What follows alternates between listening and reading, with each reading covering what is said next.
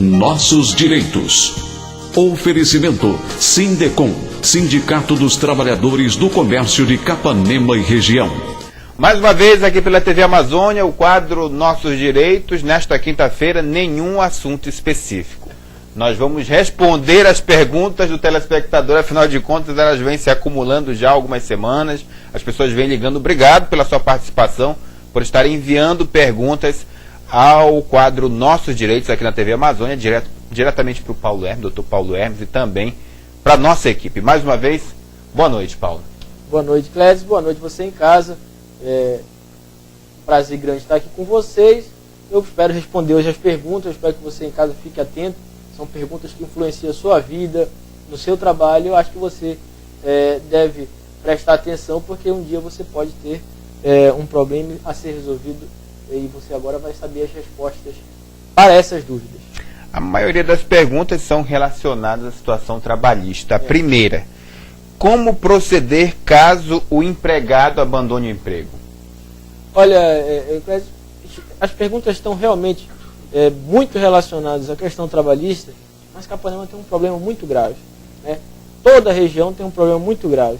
O desrespeito à legislação trabalhista em toda a nossa região é um problema muito grave. Então é por isso que essas perguntas têm vindo com mais força e eu tenho muita satisfação em responder. É uma área que eu gosto muito do direito, né? Minha área preferida. Então, vamos lá, qual foi a pergunta? Como proceder se o empregado abandonar o emprego? Veja bem, se o trabalhador abandonar o emprego, o patrão tem que fazer, chamá-lo, né? Tem que fazer o chamado, pode mandar uma carta por AR, né? Se não conseguir encontrar o trabalhador, você pode fazer uma publicação num jornal de grande circulação. Se o trabalhador não comparecer em 30 dias, aí você pode sim entrar com uma ação na justiça, né? De consignação, alegando aí a justa causa do trabalhador. Você demite ele por justa causa e entra com uma ação de consignação depositando o valor em juízo, né? Carteira de trabalho. Qual é o prazo que o empregador tem para devolver a carteira ao empregado que tomou para algumas anotações? Isso é normal, acontece sempre. Sim. Qual é o prazo?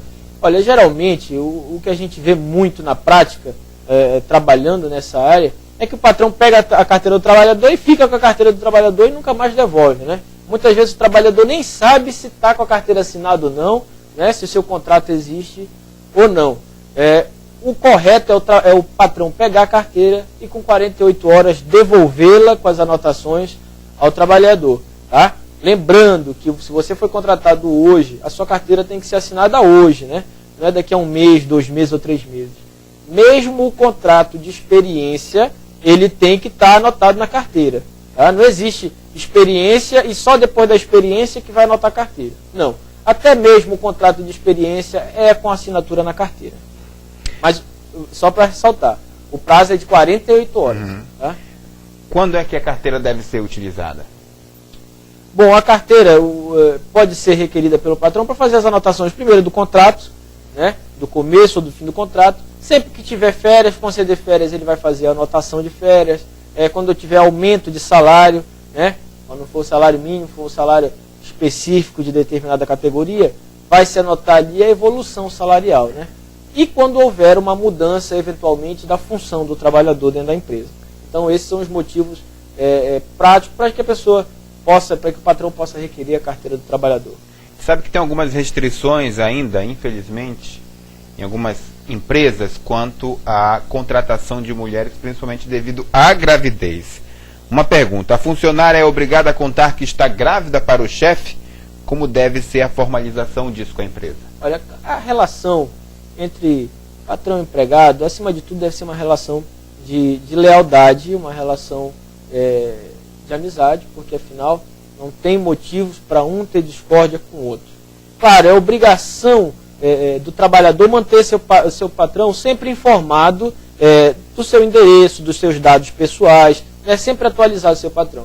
E nesse caso da gravidez, é mais importante ainda, né? Então você sempre faça um comunicado, se não for verbal, você faça um comunicado por escrito, né? Apresente, se requerido for, os exames. Acho que isso não gera constrangimento nenhum. E manter o patrão informado não gera problema também nenhum. Se a mulher ficar grávida durante o período de experiência dela na empresa, como é que fica essa situação? Veja bem, Clédio, o Tribunal Superior do Trabalho, né, o TST, já decidiu várias vezes, tanto que virou uma súmula, já decidiu várias vezes que, mesmo estando no contrato de experiência, a funcionária que engravida, ela acaba ganhando a estabilidade, né, gravídica, o contrato dela se estendendo até o fim da gravidez. Então ele não vai acabar no prazo que ficou previamente descrito, ele vai continuar até que termine a estabilidade gravídica de 15 meses. Né? Gravidez é sempre muito complicada. Uma pergunta aqui: se a gestante sofrer um aborto espontâneo, perder o filho, quais são os direitos que ela tem? Olha, a situação é a seguinte: primeiro, ela vai até o médico, vai fazer os exames. Se houver a necessidade dela ficar afastada do trabalho, né, como a gente sabe, pode ter o afastamento de até 15 dias remunerado pelo patrão. Tá? Se o afastamento que o médico der, se o atestado que o médico der em decorrência desse aborto, vai funcionar como uma doença normal. E aí a pessoa pode ser encaminhada para o INSS, e no INSS, se for o caso, vai receber o auxílio-doença. Né? Em caso de gravidez de alto risco, mais uma pergunta. A gente falou que não ia ter um tema específico, mas parece que o tema é gravidez do trabalho. Ainda bem que as perguntas que organizou, exatamente, elas vieram na sequência. No caso de uma gravidez de alto risco, se o médico recomendar repouso absoluto, o que é que acontece? Ela continua tendo estabilidade no emprego? Fica a estabilidade gravídica, mas aí, se o médico passa um atestado dizendo que a gravidez é de risco, ela fica, se o afastamento da empresa for superior a 15 dias, aí ela vai ser encaminhada para o INSS normalmente. Normalmente o INSS vai poder conceder o benefício a ela. Se for o afastamento sempre inferior a 15 dias, né, aí a empresa vai ter que suportar esse afastamento temporário também de seu funcionário. Mais uma vez, obrigado, doutor Paulo, pela sua presença. Gostaria mais ou menos de agradecer ao DR que o pessoal está pedindo também, lá no escritório principalmente. Perguntas, na maioria das perguntas no programa de hoje relacionadas à gravidez. Mais uma vez agradecer a tua presença. Te agradeço novamente. Estamos aí na semana da Copa das Confederações. O nosso povo está aí na rua comemorando, brincando, se divertindo.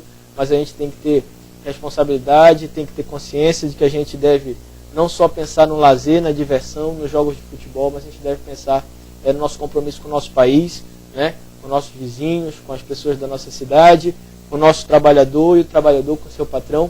Todos nós temos que viver em harmonia para que o nosso país possa crescer, sem discórdias e unido.